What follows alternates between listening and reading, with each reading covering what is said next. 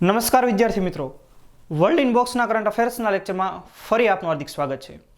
આપણે એટીડીઓની પરીક્ષા માટે કેટલીક મહત્વની યોજનાઓના લેક્ચર લીધા. ત્યારબાદ એટીડીઓના સિલેબસની અંદર એક ટોપિક છે ડિઝાસ્ટર મેનેજમેન્ટ. તો કરંટના ભાગરૂપે પાછલા સમયની અંદર જે કાંઈ વાવાઝોડાઓ આવેલા છે તે પરીક્ષામાં તમને પૂછાઈ શકે અને સાથે ડિઝાસ્ટર મેનેજમેન્ટના ભાગરૂપે પણ. તો આ લેક્ચરની અંદર આપણે જોઈએ કેટલાક વાવાઝોડાઓ વિશે. એમાં ગુજરાતની અંદર ત્રાટકેલું વાવાઝોડું વાયુ. તો આ સાયક્લોન વાયુનો ઉદ્ભવ 12મી જૂનની રાત્રે એટલે કે 13મી જૂનની વહેલી સવારે અરબી સમુદ્રમાં વેરાવળથી 650 કિલોમીટર દૂરના અંતરે થયો હતો. હવે સાયક્લોનનો ઉદ્ભવ કેવી રીતે થતો હોય આપણે તે સમજીએ. તો દરિયાની સપાટી પર રહેલું પાણી સૂર્યની ગરમીને કારણે એ ગરમ થશે અને વરાળ બનશે. એ વરાળ ધીરે ધીરે ઉપર જશે. હવે વરાળ ઉપર ગઈ એટલે ત્યાં રહેલી ઠંડી હવા હશે એ સપાટી પર આવશે. એટલે એક સમયે અહીંયાથી ગરમ હવા ઉપર, ઠંડી હવા નીચે જગ્યા લેવા માટે પ્રયત્ન કરશે અને આવી રીતે ધીરે ધીરે સાયક્લોન બનતું હોય છે. તો વાયુ કે જે અરબી સમુદ્રની અંદર 650 કિલોમીટર વેરાવળથી દૂર એનો ઉદ્ભવ થયો અને ત્યારબાદ તે ગુજરાત તરફ એમણે પ્રયાણ કર્યું. પરંતુ સદભાગ્યવશ તે ગુજરાતના કાંઠે ત્રાટકી પહેલાં જ એનો રસ્તો પાથ બદલાઈ ગયો અને તે ઓમાન તરફ ફંટાઈ ગયું. યાદ રાખીએ આપણે કે સાયક્લોન વાયુની સ્પીડ 120 થી 145 કિલોમીટર પ્રતિ કલાકની હતી.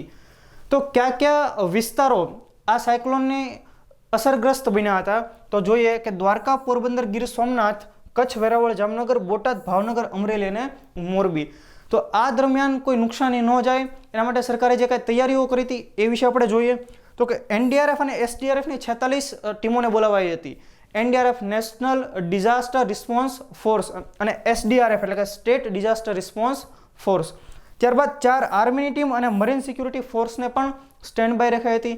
9 જેટલા હેલિકોપ્ટરોને તૈયાર રખાયા હતા અને સરકારે 3 લાખ જેટલા લોકોનું સ્થળાંતર કરાવ્યું હતું, જે ગુજરાતના ઇતિહાસનું સૌથી મોટું સ્થળાંતર છે. તો આપણે જોઈએ કે આ વાયુનું નામકરણ કોણે આપ્યું હતું? તો વાયુનું નામકરણ ભારત દ્વારા આપવામાં આવેલું હતું. પરીક્ષાની અંદર સવાલ પૂછાય કે તાજેતરમાં ગુજરાતના દરિયા કિનારે આવેલા વાવાઝોડા વાયુનું નામ કયા દેશ દ્વારા આપવામાં આવેલું હતું? તો જવાબ થશે ભારત. તો આપણે અહીંયા જોઈએ કે કયા દેશમાં વાવાઝોડા આવે તો તેને કયા નામે ઓળખવામાં આવે છે. તો અહીંયા આ હિન્દ મહાસાગર, અહીંયા ભારત. તો આ જે દરિયા કિનારે જે કાંઈ વાવાઝોડો આવશે એને કહેવામાં આવશે સાયક્લોન. આપણે થોડાક જાપાન સાઈડ જઈએ તો ત્યાં જે વાવાઝોડા આવે એને કહેવામાં આવે છે ટાઇફૂન. અને તે જ અનુસાર અહીંયા અમેરિકા અને કેનેડા, તો અહીંયા જે કાંઈ વાવાઝોડા આવશે એને આપણે કહેશું હરિકેન. છે બધા વાવાઝોડા જ, પરંતુ એને સરળતાથી ઓળખી શકાય તે માટે તેને સાયક્લોન, ટાઇફૂન કે હરિકેન તરીકે ઓળખવામાં આવતા હોય છે. ત્યારબાદ આપણે આગળ વધીએ તો કયા દેશ દ્વારા કઈ રીતે નામકરણ થતું હોય છે? તો હિન્દ મહાસાગર જે આવેલો છે ત્યાંના 8 જેટલા દેશોએ આ નામ પહેલેથી જ આપી દીધેલા છે અને આ નામને આધારે જ્યારે કોઈ સાયક્લોન આવે ત્યારે એમાંથી નામ એક પસંદ કરવામાં આવતું હોય છે. 8 દેશોએ 8 નામ આપેલા છે એટલે ટોટલ એ સંખ્યા થઈ જાય 64 એટલે કે 64 જેટલા નામ. તો અહીંયા આપણે જોઈ શકીએ છીએ કે વાયુ નામનું વાવાઝોડાનું નામકરણ કયા દેશ દ્વારા કરવામાં આવ્યું? તો કે ભારત દ્વારા. ત્યારબાદ જોઈએ આપણે આગળ તો સાયક્લોન વિશે કે જે આપણે અહીંયા હિન્દ મહાસાગરમાંથી જે કંઈ ઉદ્ભવે આપણે એને સાયક્લોન કહીએ છીએ. તો એના વિશે માહિતી મેળવીએ. તો સાયક્લોન એટલે કે સાપના ગૂંચળા માટે ગ્રીક ભાષાની અંદર એક શબ્દ છે સાયક્લોસ, એના ઉપરથી શબ્દ ઉતરી આવ્યો છે. અને કયા વ્યક્તિએ પહેલી વખત સાયક્લોન શબ્દનો ઉચ્ચારણ કરેલું? એ વ્યક્તિનું નામ હેનરી પિડિંગટન, કે જે ભારતીય સમુદ્રમાંથી જે કાંઈ સાયક્લોન, જે કાંઈ વાવાઝોડાનો ઉદ્ભવ થાય છે એને સાયક્લોન એવો શબ્દ આપ્યો હેનરી પિડિંગટને. આ દરેક સાયક્લોનને તેમને કેટેગરી આપવામાં આવે છે તેમની ઝડપના આધારે.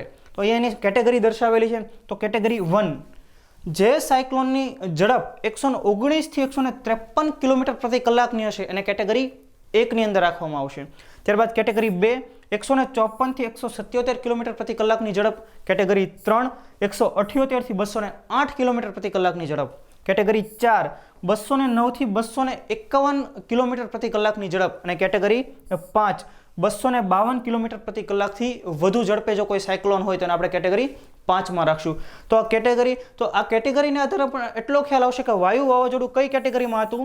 કેટેગરી 1 ની અંદર, કેમ કે એની સ્પીડ છે 120 થી 145 કિલોમીટર પ્રતિ કલાકની. ત્યારબાદ આપણે જોઈએ કે આ અંગે કેટલાક એલર્ટ પણ જારી કરવામાં આવતા હોય છે. તો ગ્રીન સિગ્નલ એટલે ખતરાની કોઈ નિશાની છે નહીં, આપ નિશ્ચિંત રહો. ત્યારબાદ યલો સિગ્નલ કે ભાઈ નવી સૂચના નથી મળતી ત્યાં સુધી રાહ જુઓ. ત્યારબાદ ઓરેન્જ સિગ્નલ એટલે કે તૈયાર રહો કે ભાઈ હમણાં જ કંઈક સરકાર તરફથી કે ઓથોરિટી તરફથી કંઈક તમને સૂચનાઓ મળશે એટલા માટે તમે તૈયાર થઈ જાઓ. અને ત્યારબાદ રેડ સિગ્નલ એટલે કે આપેલી સૂચનાઓનું પાલન કરો. રેડ સિગ્નલ એવા સંજોગોની અંદર અપાતા હોય છે જ્યારે સાયક્લોન અતિ તીવ્રતાથી પહોંચી ગયેલું હોય, કમ્યુનિકેશનના સાધનો એની સાથે કમ્યુનિકેટ કરી શકાતું ના હોય, તો આ સાયક્લોનને લગતા કેટલાક એલર્ટ છે. ત્યારબાદ આપણે જોઈએ તો અન્ય પાછલા સમયની અંદર કયા કયા વાવાઝોડા કયા દેશની અંદર આવ્યા હતા. તો ચીનની અંદર આવ્યું હતું લેકીમા નામનું વાવાઝોડું કે જેની સ્પીડ હતી 187 કિલોમીટર પ્રતિ કલાક, કે જે દુનિયાનું ત્રીજું સૌથી તીવ્રતાવાળું વાવાઝોડું હતું. ત્યારબાદ બહામાસની અંદર હમણાં ડોરિયન નામનું વાવાઝોડું આવ્યું. આ પણ યાદ રાખીએ, ભારતે ડોરિયન વાવાઝોડાથી ઉભરવા માટે થઈને બહામાસને $1 મિલિયન સહાય પણ કરી, જેની ઝડપ હતી 297 કિલોમીટર પ્રતિ કલાક. એટલે કઈ કેટેગરીનું થયું તો કે 5 નંબરની કેટેગરીનું. ત્યારબાદ તમિલનાડુની અંદર આવેલું ગજ વાવાઝોડું જેની ઝડપ 120 કિલોમીટર પ્રતિ કલાકની હતી. આ ઉપરાંત આંધ્રપ્રદેશની અંદર ફેથઈ કે જેની ઝડપ હતી 55 કિલોમીટર પ્રતિ કલાક. આ ઉપરાંત મોઝામ્બિક, મલાવી, ઝિમ્બાબ્વે તથા દક્ષિણ આફ્રિકાની અંદર એક વાવાઝોડું જેનું નામ હતું ઈડાઈ. ઈડાઈ વાવાઝોડાની સ્પીડ પણ 205 કિલોમીટર પ્રતિ કલાકની હતી. તો આ પણ ખૂબ તીવ્રતાવાળું વાવાઝોડું હતું. તો દોસ્તો આ કેટલાક વાવાઝોડાને લગતી માહિતીઓ હતી જે એટીડીઓની આપણે પરીક્ષાની અંદર પૂછાઈ શકશે. ઉપરાંત આપણે જોઈએ આગળ કે વર્લ્ડ ઇન બોક્સની જે અન્ય શાખાઓ છે ત્યાં નવી બેચ શરૂ થવા જઈ રહી છે.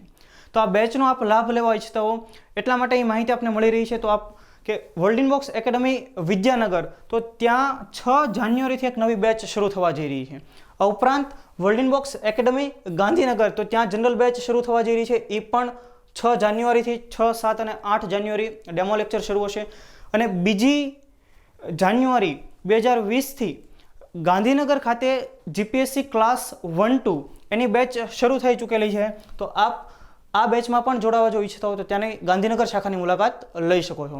તો દોસ્તો આ કેટલીક માહિતી હતી ડિઝાસ્ટર મેનેજમેન્ટ વિશે અને ઉપરાંત સાયક્લોનના પ્રકારો વિશે. જો આપનો વિડીયો પસંદ આવ્યો તો તેને લાઇક કરો, વર્લ્ડ ઇન બોક્સની ચેનલને સબસ્ક્રાઇબ કરો તથા નવા વિડીયોની નોટિફિકેશન માટે બેલ આઇકન જરૂર પ્રેસ કરો. Thank you very much.